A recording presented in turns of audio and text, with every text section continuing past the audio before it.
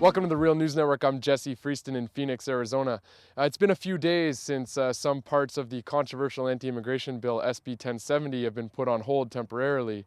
But the fear that gave rise to that bill is still very much in play here. Home of the brave, not the home of illegals. Rage against undocumented immigrants is visible in the streets of Arizona, and instead of helping temper it, the state's most visible politicians are adding fuel to the fire.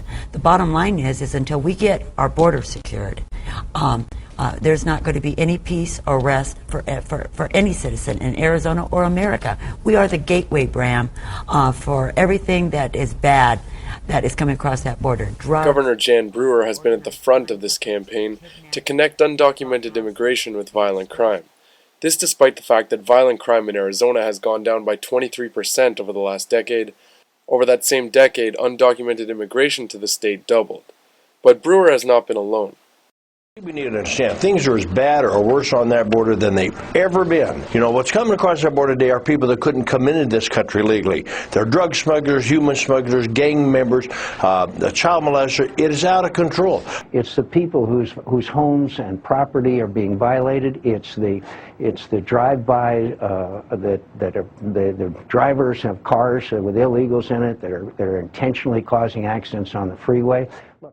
Crime is on the increase. Arizonans have had enough, and interestingly, a majority of Hispanics agree that this law should be enforced here in Arizona. All the polls show Hispanic respondents opposing the bill at roughly 70%.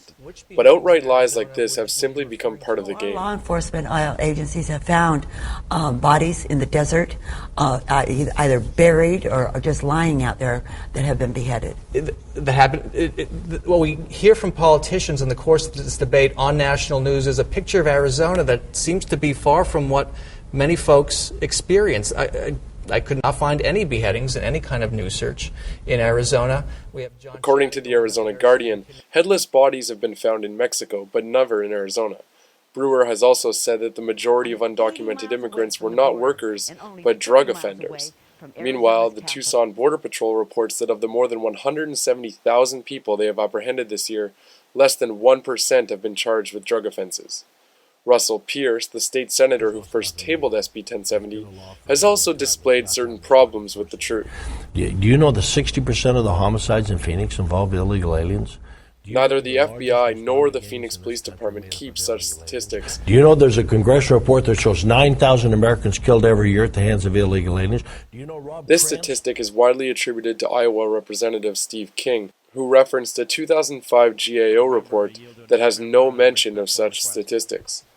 Along with the lies have come a flurry of anti-immigrant law proposals by those campaigning in the November elections. The frenzy has reached all the way to the race for the Utilities Commission, where candidate Barry Wong has pledged to shut off people's utilities if they don't have documents. Good evening, sir, and I must tell you, I think your idea, I hate it, and I think it's mean and cruel, but go ahead. State Senator Pierce has reinvigorated his proposal of 2 years ago to stop giving birth certificates to children born to undocumented parents, a proposal that Senator John McCain is now taking up at the national level. Critics say it's a violation of the 14th Amendment, which guarantees citizenship to people born in the United States.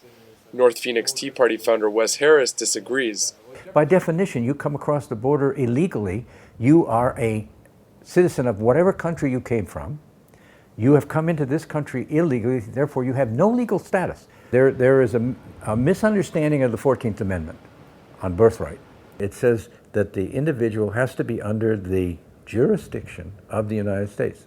To be under the jurisdiction, to be illegal, is diametrically opposed. If you are illegal, you have no legal status other than human rights. That's it. You can't vote. You can't work. You can't do anything in this country unless you are legal.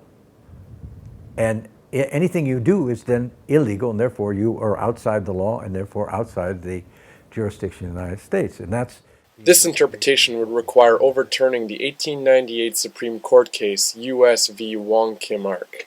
The case was heard after the 1882 Chinese Exclusion Act banned all Chinese from migrating to the U.S. At that time, the gold rush that had provided work opportunities was coming to a close, and Chinese migrants were being blamed for the high unemployment in states like California. Wong, despite being born in the U.S., was blocked from returning to the country after a trip to China to see his family. The landmark Supreme Court decision upheld Wong's U.S. citizenship and set the precedent that those born in the U.S. are citizens by birth, with exceptions for children of diplomats and foreign soldiers. In Arizona, being anti-immigrant is a popular thing that will help you get elected, and that's what's driving the force behind these laws, legislations that are being passed. The ability to get elected. In some cases, Alejandro Chavez is the campaign manager for Arizona House candidate Ruben Gallego. And it's unfortunate because people are the ones that will suffer, not the politician. The politician who's anti-immigrant will be rewarded for stepping and crushing on not just immigrants, but on people, on human rights. Chavez is the grandson of Cesar Chavez, co-founder of the United Farm Workers. Thanks to another recent Arizona bill, Chavez's grandfather's history could become another victim of the current climate. The law, recently signed by Governor Brewer, bans any class that is designed for students of a particular ethnic group. The law's champion, Superintendent Tom Horn, says it is specifically directed at Tucson School Board's Mexican-American Studies program. Horn is currently running for Arizona Attorney General. Tom Horn had the guts to take on the liberals to stop bilingual education and end ethnic studies. As Attorney General, he'll defend our borders and fight illegal immigration. Paid for by Tom Horn for Attorney General. The truth is that that's just another ploy by another politician to get elected. Tom Horn is Superintendent of Public Instruction. He wants to be Attorney General. He knows that if he bans ethnic studies, that it will be popular and that he'll get elected. As the 2010 elections approach in November, this campaign of fear is showing little sign of letting up. In the next segment, we look at some of the other consequences this fear of immigrants is having in Arizona.